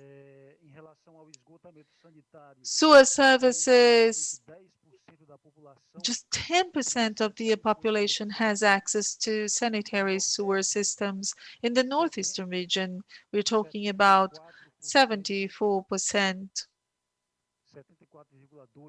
74.2% of the people have access to drinking water, and sewer collection ranks at 28%, southeastern 91% for water supply services, and 79% of the population has sanitary sewer services available. In the south of Brazil, 90.2% of full water, that is access to drinking water, and 45% of the population has access to sewer collection services. Central Western region, 89% of the population has access to drinking water, but just 52.9% have access to sewer collection services.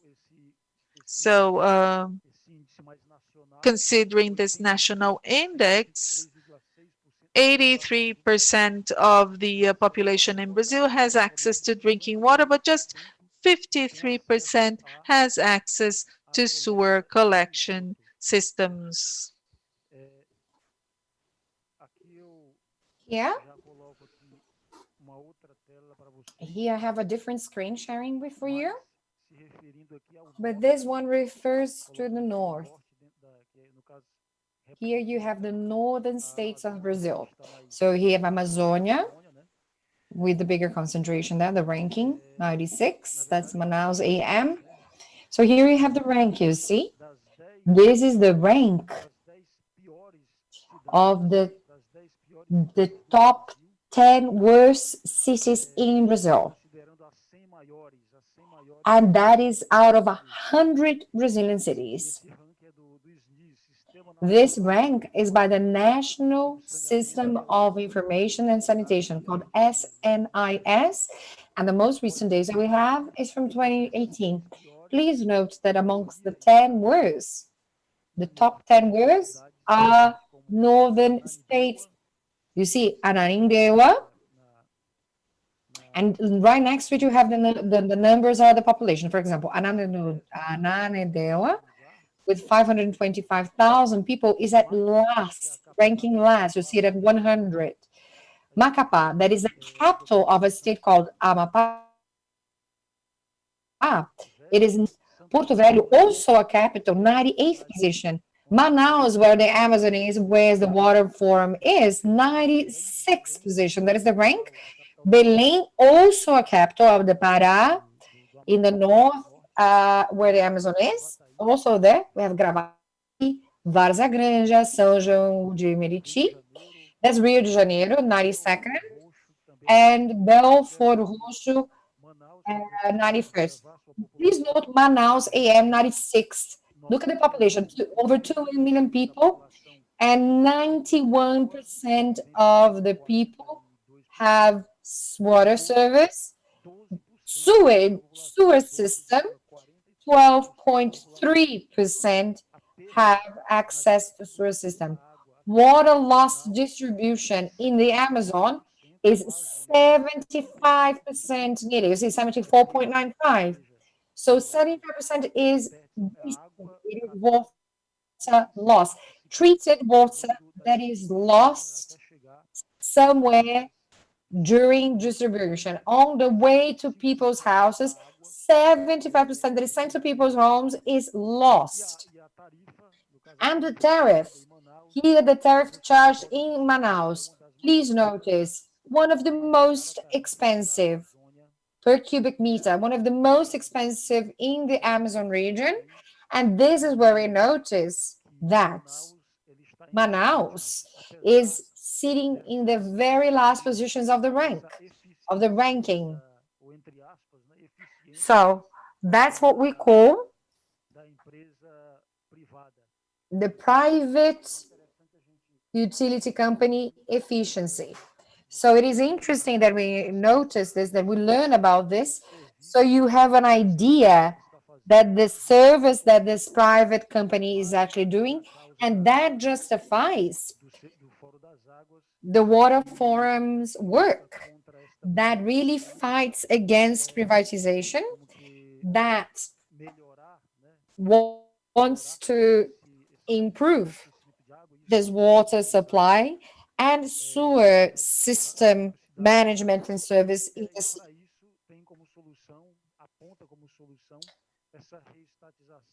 Now, as a solution is to make the company publicly owned again, and to be under regulation and social control by civil society control. Without it, and without this priority, investment from the government in the most in the poor areas, in the peripheral areas, hardly will be able to reach universalization levels. Now, 91% seems to be high, right? But we who live that, our suspicion that this is a fictitious number, absolutely fictitious, because we know that 93% of all households are in vulnerable areas, in make-do with houses, that is houses made of tin, of very improvised materials, slums, who have no access whatsoever to water or sewer system. So 91%, this water service, meaning 91% are being benefited from water from this policy, this number is absolutely fake, because we know most people are in slum conditions. And the sewer system treatment at 12%, that is an absolute shameful number. After 12 years of privatization, no investment has been done in sewer systems, knowing that the privatization was justified back then precisely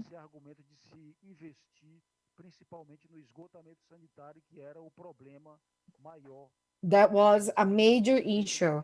But now we know that it's been no advancement.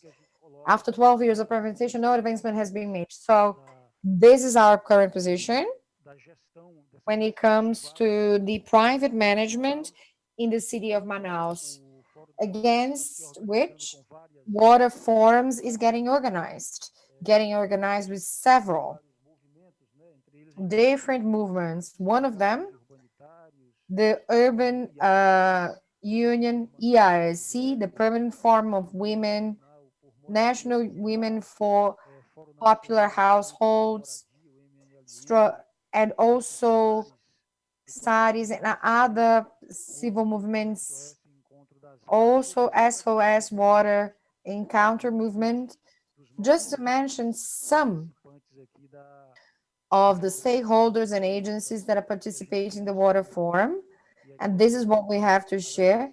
And we thank for this opportunity to speak, to share, where we can make this information more social, more available, because water in the Amazon region, in spite of being plentiful, is very badly managed and does not reach to people's households.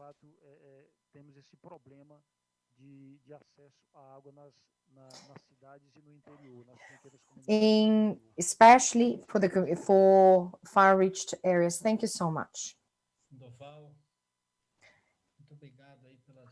Thank you. Thank you for sharing, for your work, for the reflection. I really like the part that you speak about the need for radical inclusion. Water for peace, we spoke about this radical inclusion need. No one can stay outside, no one left behind. And also, your speech actually was very thought-provoking. During debate, we're going to get deep into it, but one of the questions, we have Francisca Dalgisa, who is the director of Sabesp Professionals. She wants to know what the work is like, the regulators' work, the granting power. We would like to deal with that. And I would like to thank you for the words, for the data. Very important data for us to reflect upon. Here we're speaking of prayer, but prayer also needs action. So thank you very much. And I also would like to remind everybody, our dear speakers and our audience, is with Abis. We spoke about, I spoke to Abis, and we're going to talk for another 30 minutes. So we're going to finish at 7:30. So we're going to hear from the founder of this table, Luis Lieberman. It will be a pleasure. Thank you. I am very happy to be called a creator of this table. I also to thank other panelists. This is the debate, and the topic is absolutely fundamental because we're speaking about global and local issues that pertain issues and better efficiency of service. This content of water, hope, and human rights, that is the topic of our debate. Today, we're speaking about hope, and we hope to have a new meeting in Rome to keep debating this topic, because we know that this panel and ABS is working at an extraordinary proposal. So I thank you, Adriano, for your solidarity, creativity, and what were we thinking before the pandemics?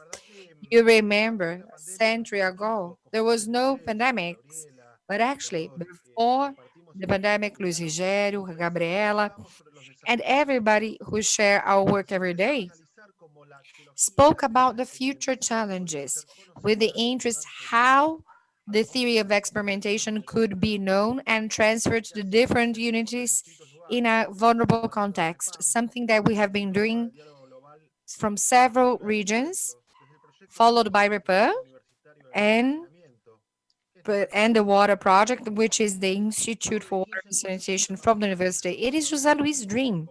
So after 15 international meetings and vital discussions, we try to build a bridge between action and thinking up and fight against disequality. Pope Francisco speak about fraternity as in social advancement, social progress, together with action. Very much with the COVID pandemic has turned the whole world upside down and have made our systems even more fragile. There's been many uncertainties about the future, uncertainties that are recurrent about our history, and this melting point of our society and the difficulty in making commitments. So I think we should reset and restart. We should look for our benchmarks. Remember, March 27th, Pope Prince Francis spoke about of a way of dystopia. So women, men, children, the poor, saying we are all on the same boat, but we are all together, and we all together should keep going because we're all needed. No one can be saved on their own. We should find future solutions, and I am here with a polyhydrate idea. We are not tech, technically optimistic. It is important to understand that the challenges of common assets of humanity should be above in personal interests. The right to private property can only be considered a natural right if we think about basic principles such as right to water, because water is at the beginning, it is life, and without it, there is no life. Everything is dead. Symbolic to religious economic symbols. So water care is absolutely fundamental to assure basic rights. Water is absolutely fundamental in all agendas. And that is not a topic that is starting in the mid century in the 70s, actually in the 1970s, where environmental awareness have come to the table. When we were sure, when we were started learning the destructions and impacts of the country. So the possibility to design a sustainable economy started in Stockholm in 1972 at a UN conference about environment and human rights, with the need to combine sustainable economical and environmental development.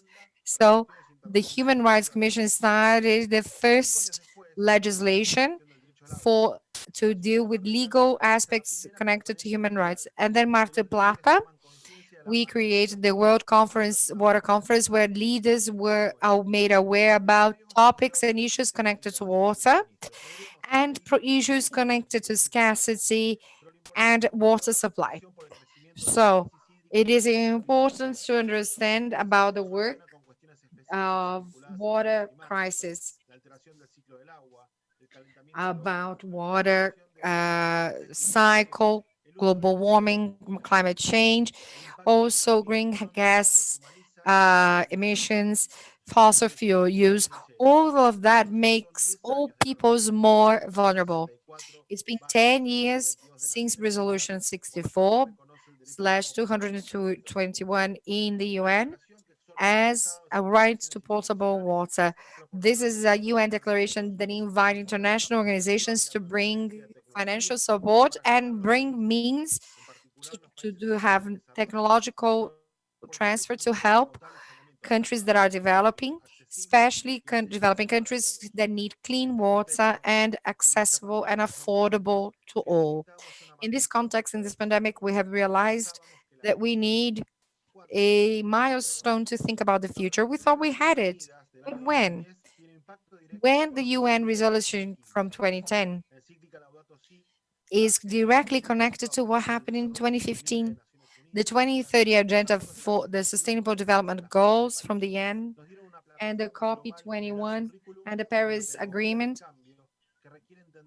give openness to change that requires a pathway that is already being so that we take concrete ways of feasible activities together with the Pope Francis and and the sciences academic. He made the closing remarks considering this subject. 100 experts signed a final declaration together with the Pope, saying that with the very few that we have, we can do plenty, and that is our challenge because we need to contribute that our common house is more solidarity, has more solidarity and more well cared for, and a more just world is an indispensable agenda that drives us to more possibilities in the future.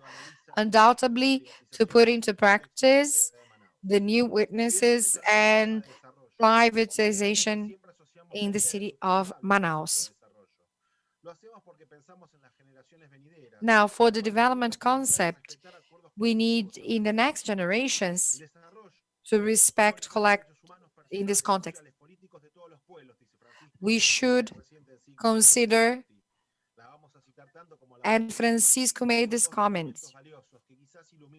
we should, it's a valuable document and determine the trajectory.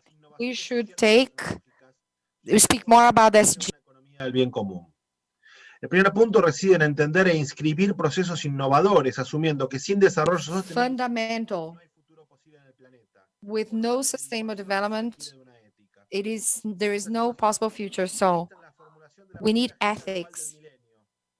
This context was spoken about the first millennium to eliminate hunger, assuring learning for life. So the 10 main objectives in the agenda have failed, most likely because they focused on the responsibilities of some governments. And their work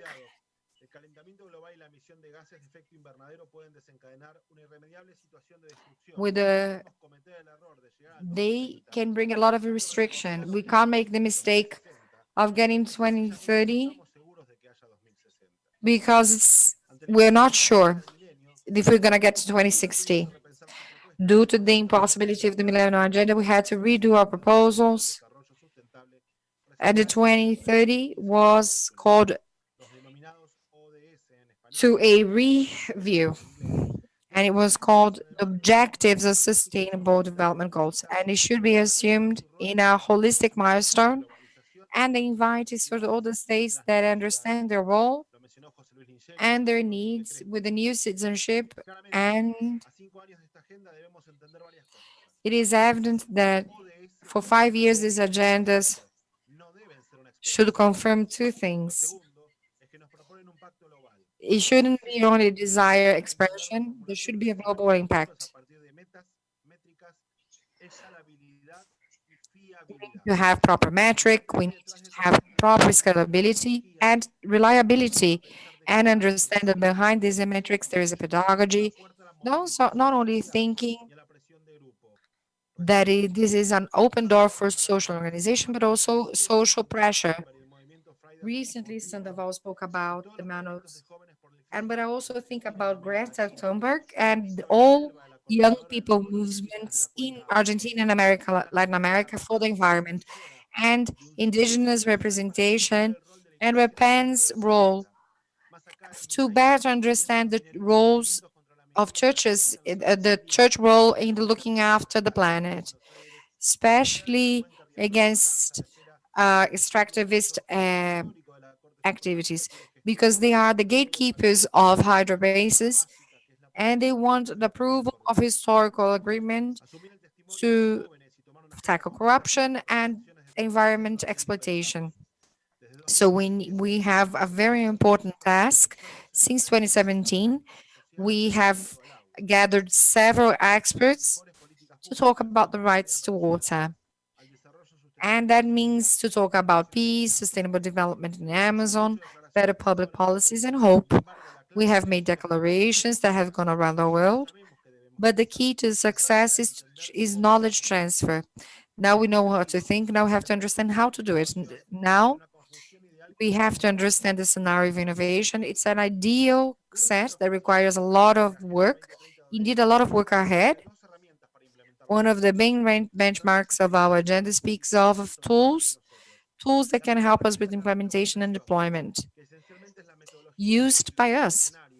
Essentially, it's about methodology and planning of different scenarios, alternatives, what can be done as benchmarking. And it speaks about 10 different ways, meaning the setup and the framework of a tech route to objectives. Now, the question is how, because it is about action taking. Now, in just the 1 week, and the co-founder of Gabriela Sacco Institute and Graciela and also director from the Oxford University. We took the course, and it was about a future scenario planning. And I want to rescue some concepts. Gabriela spoke about this, about future scenario planning, about methodology, because it enables us strategic analysis and bring robust policies that is reflexive, that is robust, that can endure different scenarios. When we think of sanitation, all of that can generate a new future with new alternatives and a better common knowledge, especially when we think about informations that we take as non-correct and the possibility to broaden context and activate new ways of thinking. As for the tech route, it is necessary to bring some ideas about innovation and understand devices that promote sustainable goals that bring representational change. In that case, it is innovation is not something new. Novelties, there are several. Sustainable innovation are not changes. They are something that actually change and the way we can want to represent the world.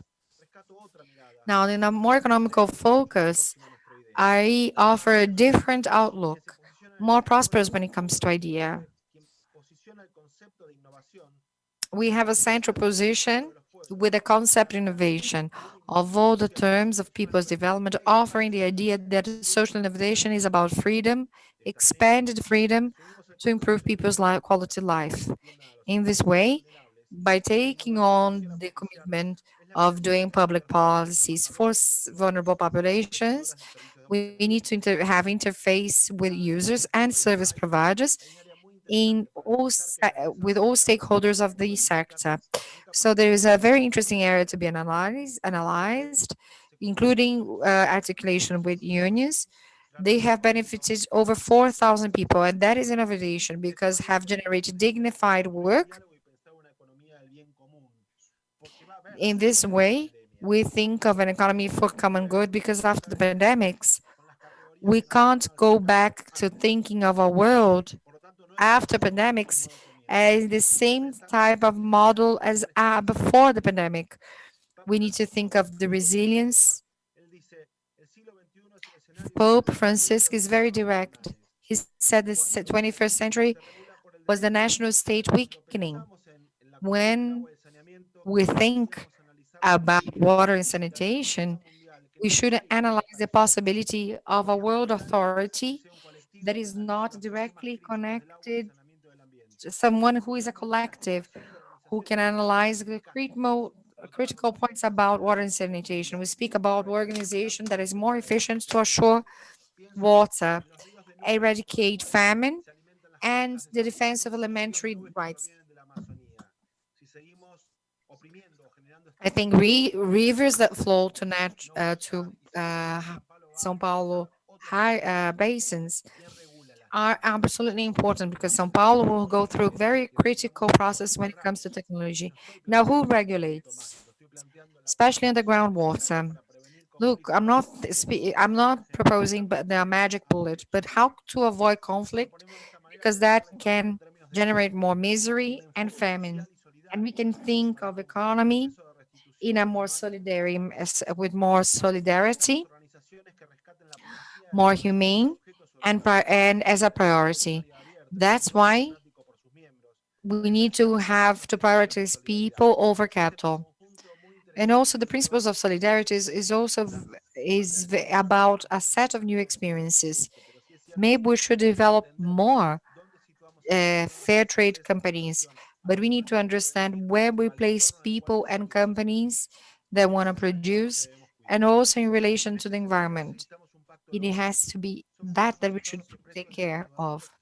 So we need a global impact. There are several states that want to sustain the industrialized goods, but it's an international and equal.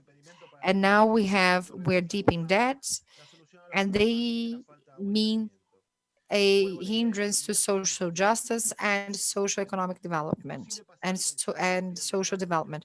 So it's about a solidarity. It's about a brotherhood of economy. We have social collectives that can contribute and help with public policies, And for those who are more liberal, will have water portable represent more years of life. And for those who are business driven, he says populism and liberalism is exactly about that. We need to overcome this kind of outlook. We need to have a more advanced view of this concept. Maybe integral ecology and economical models that are anti-exploitation and extractivism, they require better development to understand that the water problem will keep being a very high complex problem today and in the future.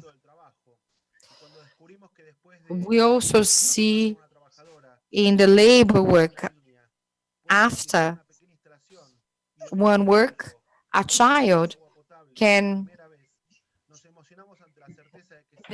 the pressure to have a child to use a small object called a tap, a faucet, and that is the role of workers to bring accessible water to workers when they are in companies. So we are convinced that this child will have better life quality, better education, and that is what it's all about. How we can concentrate our efforts in the outskirts. How can we be creative and drive progress? I would like to quote again Pope Francis, he who invites us to hope, because hope is daring. It is to see beyond small insecurities and those who bring more anguish. How can we bring more life, more beauty? We should work together for that. Thank you for your attention and thank you for the time. Luiz, obrigado de novo aí Thank you, Luis. Thank you again, Luis. That aula, né? was the class. O conceito de I like the Thank concept of you. common good that you spoke, the Thank economy of the you common for good. speaking I on really the like that part. economics of the common well-being. There was this event, Water for Peace, with Steiner and Prem Barba, and they said that we have to migrate from the fear-based, scarcity-based economy into prosperity.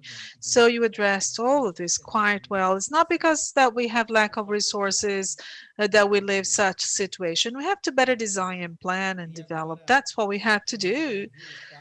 So I would like to hear from Priest João Gutenberg. ele no outro evento. I had the pleasure of listening to him in a beautiful and inspiring speech in another event that was organized by Luis. I ask you for your blessing, Mr. Priest, and we would like to hear you speaking about the connection between water and spirituality. I would like to thank you for the invitation. I'm here as the executive secretary of REPAM. I've taken over a month ago. I took over a month ago, so I am discovering what REPAM is. I've been with REPAM since forever. But as a secretary, we discover there's many more people engaged in this common objective of the integral ecology. So it's just greetings from me today. I'm speaking on behalf of REPAM after the nice presentation of our president, Don Clodo Humans, that provided this ecclesiastic scenario. Speaking on behalf of the church, we heard from Patricia, she's from REPAM, Ecuador, and also Priest Sandoval from Saris.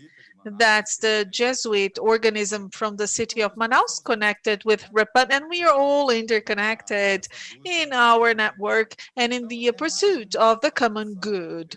I would like to express my greetings. I am in Manaus City, this beautiful city that welcomed me with a novelty that I would like to share with you and with all of you who are our partners and friends and interconnected people. So we are now promoting the transition of our executive secretariat from Quito, Ecuador to Manaus, Brazil. So Manaus will have its driving force from Manaus in the northern of Brazil. So we have the meeting of waters encompassing Pan-Amazon.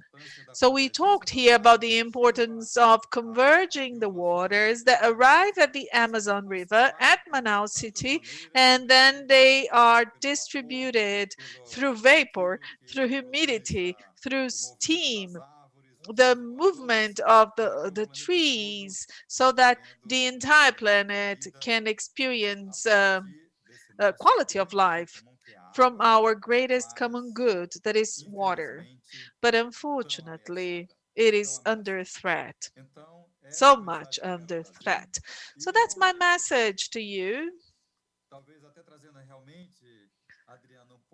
So, Adriano, I would like to speak about spirituality.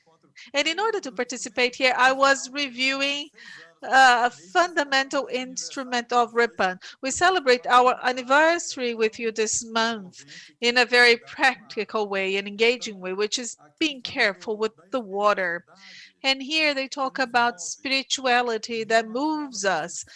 The Amazon River is not formed by itself. It receives the waters from the swamps, from the ice, from the rain, from the mist, from the droplets, from the lakes and lagoons and streams, and from all of these countries. So we know that everything goes beyond limits. So the river cannot be nationalized in segments. It's a common good for the entire humankind, right? So today we've had so many information, so many pieces of information. I will not add anything now. So my purpose here today, I was invited by Luis Lieberman, and I would like to thank him for an invitation. That's the opposite movement. That's actually REPA receiving the water movement coming from all of you. So with the more concrete experiences, with the policies and the public policies, the social organization, the cosmo perspective of the indigenous peoples, and also the vision of Pope Francis, the partner organization's perspective as well. So I would like to thank you.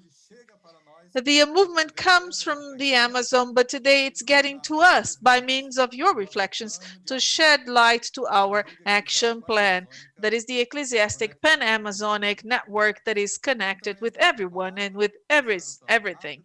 That's what I had to say. I would like to give you my greetings. It's an encouragement, and I would like to thank you for so many initiatives, enabling us to listen to the call of the earth and call of the poor by means of the element water, water as the source of life. Thank you very much. So thank you again. So we have 10 minutes for questions now. So let me grab some. Through WhatsApp, I was in touch with Claudio. Unfortunately, he had an issue there. There was a power blackout where he is, so he may not reconnect right now. But some of the questions were to Claudio. And then, I will pass on the questions to him. So there was this question about the regulating agency and the granting powers in the city of Manaus. There is a question about that. I think Sandoval should be answering that. So we did have a question about the importance of education.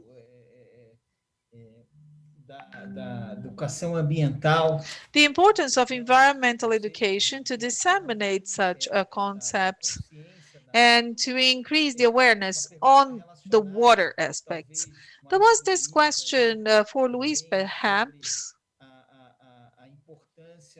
about the importance of connecting the major international investment funds, the ISGs. The ISGs, he says, to invest in the companies. So BlackRock is a great example. They set this as an investment target, and the banks have been setting, investment targets. So these are the companies that are in line with the environmental causes. So these are the ones that are going to get the most investment.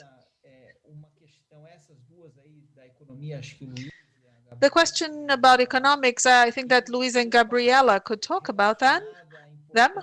And another one related to the importance of water in preventing diseases, COVID more specifically. What kind of lessons can we learn from the pandemic? So José Luis Lingeri, he's talked about this because today is the global hand washing day. So José Luis, can you talk about this? And Priest João can talk about the importance of the pandemic. So we have 10 minutes and I've asked all of the questions at once.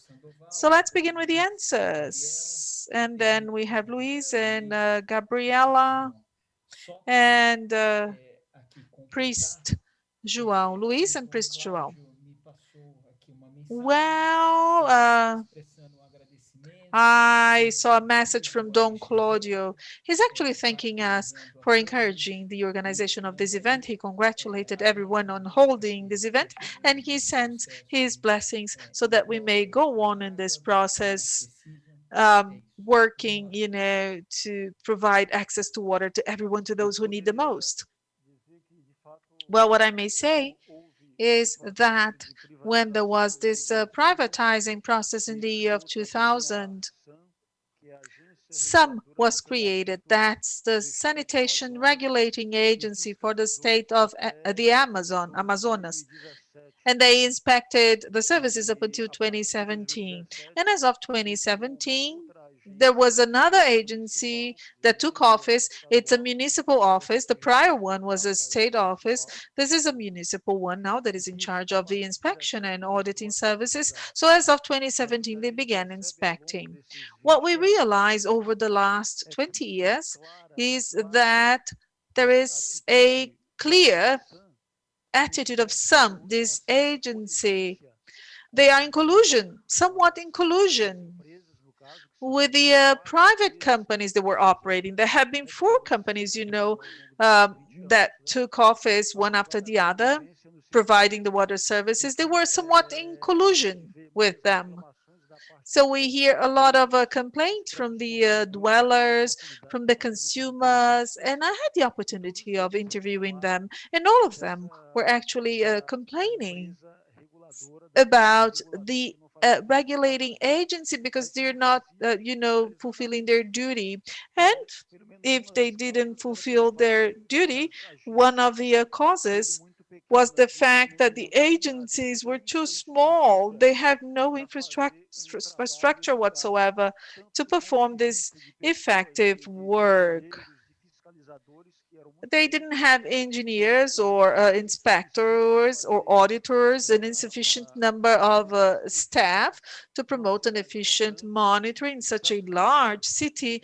We know that Manaus is the largest city in the Amazon with more than 2 million inhabitants, more than 60 districts. So it's very difficult, very much complicated to inspect and oversee this entire area. And people who were in charge of that in the agency, well, there were very few. They were understaffed. They had no infrastructure, and they don't have yet, the right infrastructure. Because I met the current agency, Juman. Well, that's a small institution, and they have no infrastructure whatsoever to do this kind of work. So regrettably,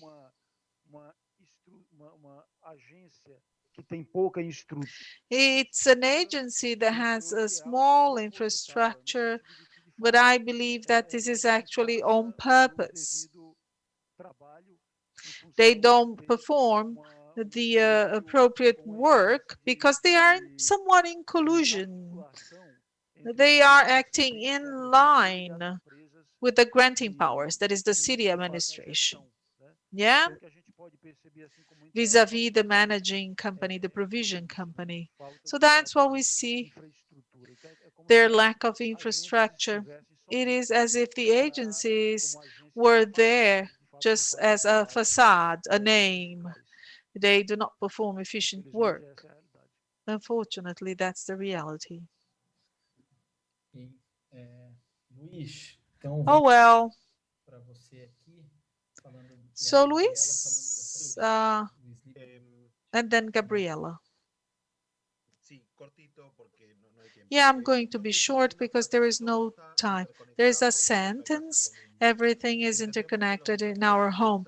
If the environmental challenges have a moral and ethical and social, cultural and economic and also spiritual character, we have to start with education. 2030 agenda establishes number 4, that is continuous education, high quality education throughout life. Therefore, we should understand that if it is throughout life, we have to prepare for the new citizens. The second point is understanding that the basis of society is a commonplace. We have to work through democracies to establish citizenship, and that's an educational challenge.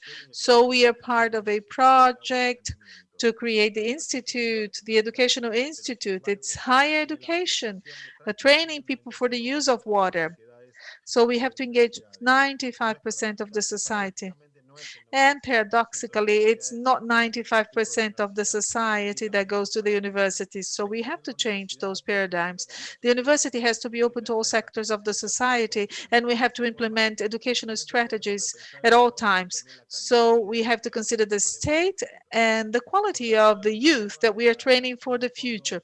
About attracting multilateral funds, well, of course, this implies in an international commitment that leaves aside the funding of debts and additional investments. So for those of you who participate in the World Bank Forum, you may participate in those as well. So there's little time. So that's all I had to say. Well, thank you. Thank you, Luis. It's just like funding. Not only the water topics, but we should have a broader perspective. There is a deep interconnection that we can analyze. And it's just like global warming and the role of the investment funds and the pension funds. That is the impossibility of moving fast to stop the carbon emissions. So there's a series of factors that we need to put at the table, discussion table, and reduce the segmentation rate. And perhaps the international bodies, they have to address the matters deeper. So they have to abandon the diplomatic stance. They have to answer to the needs of the most vulnerable ones. Well, education should be used for that purpose. We all have to open up to a dialogue and to a new model that will enable us to think about sustainable world, a sustainable world. Very well. Well, now continuing, when we talk about the global day, the global water day, we must understand that the world has changed. It's no longer the world that we had before the pandemic. So many issues have emerged: social, health, educational issues, and even the relationship between the human beings has changed. Today we are prisoners, virtually prisoners of this pandemic. In the world has been rearranged.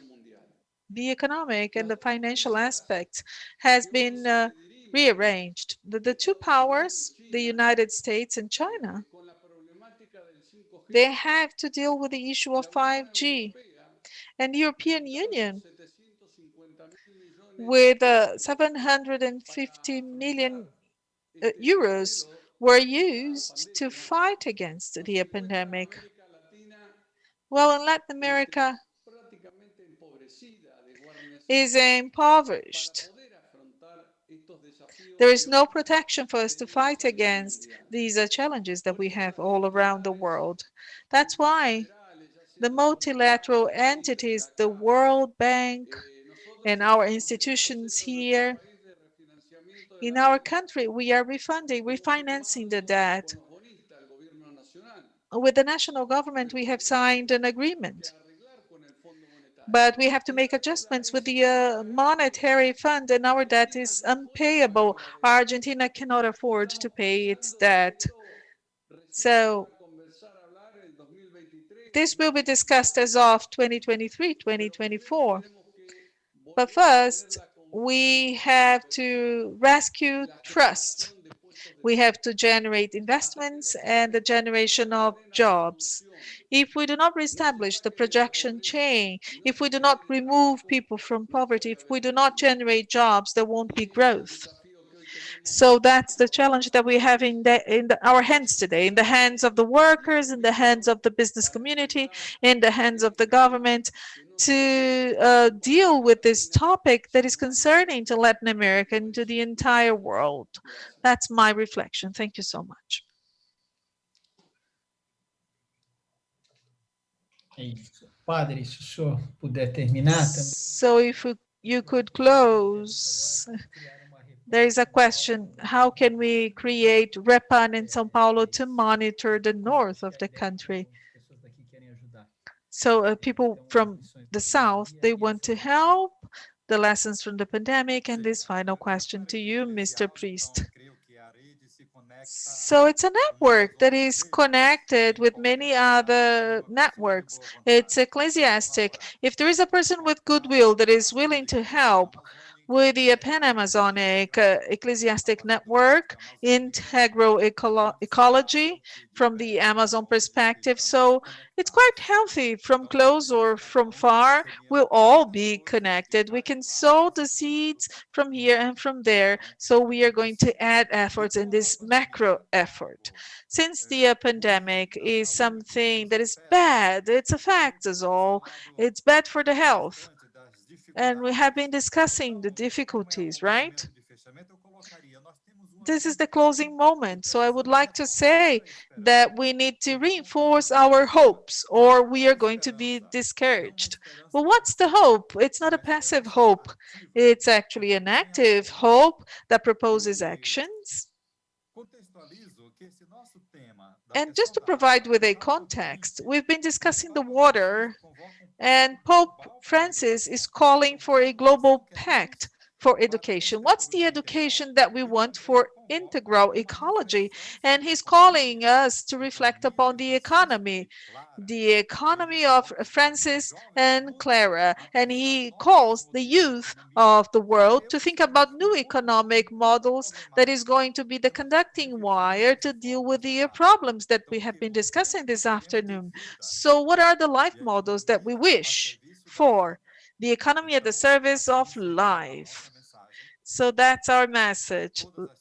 Life in all of its forms, through all possible means. My dear friends, this is the end. We are a little bit late. It was a quite enriching debate.